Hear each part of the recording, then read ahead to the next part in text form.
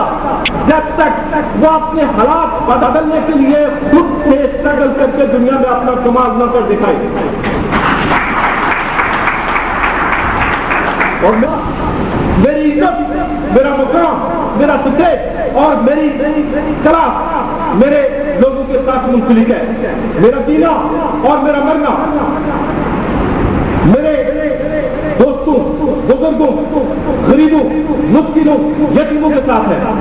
اور میں اللہ سے دعا کرتا ہوں کہ میں ساری زندگی اللہ مجھے ہوش دے، اللہ مجھے ثابت کر رہنے کی توفیق عطا فرمائے،